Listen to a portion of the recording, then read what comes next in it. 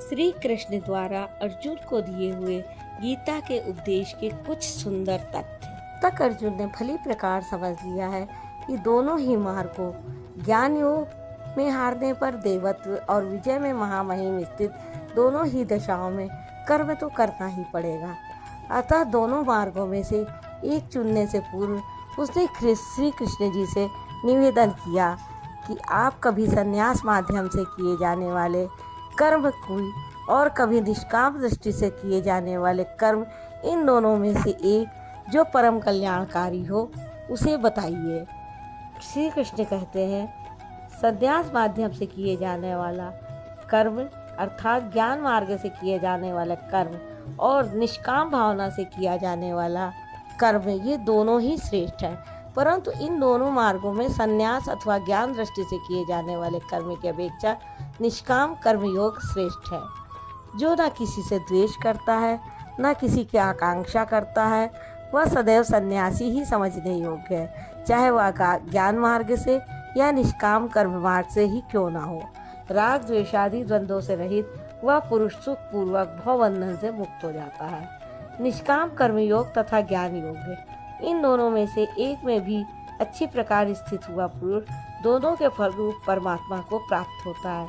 दोनों का फल एक है, इसलिए दोनों एक ही समान है। जहाँ सांख्य दृष्टि से कर्म करने वाला पहुँचता है, वहीं निष्काम माध्यम से कर्म करने वाला भी पहुँचता है। इसलिए जो दोनों को की दृष्टि से देखता है, वो दोनों ही एक स्थान पर पहुँचते हैं। निष्काम कर्मयोग का आचरण किए बिना संन्यास सर्वस्व का न्यास प्राप्त होना दुखप्रद है।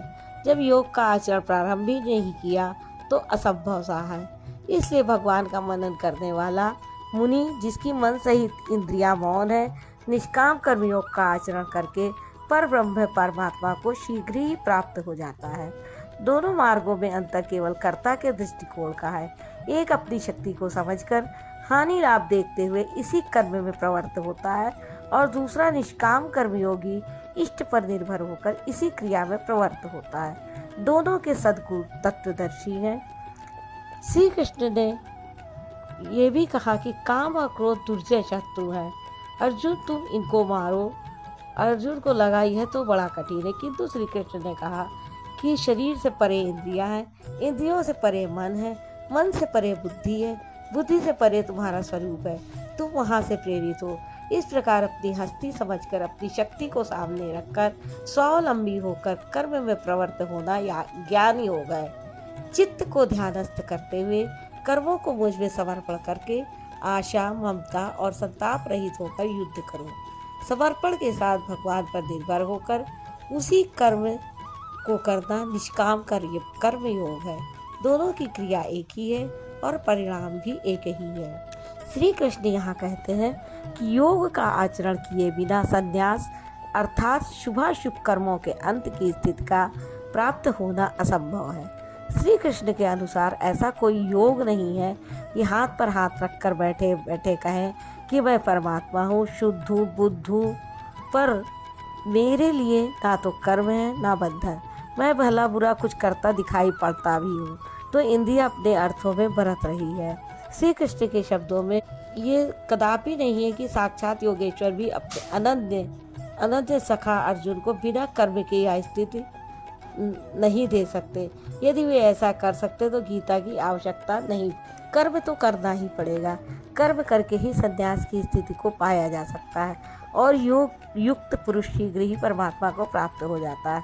योग युक्त पुरुष के लक्षण इस प्रकार है। विशेष रूप से जीता हुआ शरीर, जिसकी जीती हुई इंद्रियां हैं, जो विशेष रूप से शुद्ध है, ऐसा पुरुष आत्मा के मूल उद्गम परमात्मा से एक ही भाव हुआ योग से युक्त है।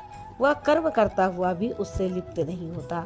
पीछे वालों में परम कल्याणकारी बीज का संग्रह करने के लिए पीछे वाली वस्तुएं छोटी पड़ गई तो भला आसक्ति किसमें। इसलिए वह कर्मों से आवृत्त नहीं होता। यह योग युक्त की पराकाष्ठा का चित्रण। परम तत्व परमात्मा को साक्षात्कार सहित जानने वाले स्थिति उसने कर्म करके पाई है। अब प्राप्ति के पश्चात वह सब कुछ देखता हुआ, सुनता हुआ, स्पर्श करता, सूंघता। प्राप्ति के पश्चात वह सब कुछ देखता हुआ, स्पर्श करता, सूंघता, भोजन करता, गमन करता, सोता, श्वास लेता, बोलता, त्याग करता, ग्रहण करता, आंखों को खोलता और मीचता हुआ भी इंद्रियां अपने अर्थों में बरतती है। परमात्मा से बढ़कर कुछ है ही नहीं।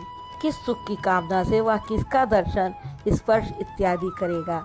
यदि कोई श्रेष्ठ वस्तु आगे होती तो आसक्ति अवश्य रहती, किंतु प्राप्ति के बाद योग युक्त पुरुष लिप्त नहीं होते। राधे राधे।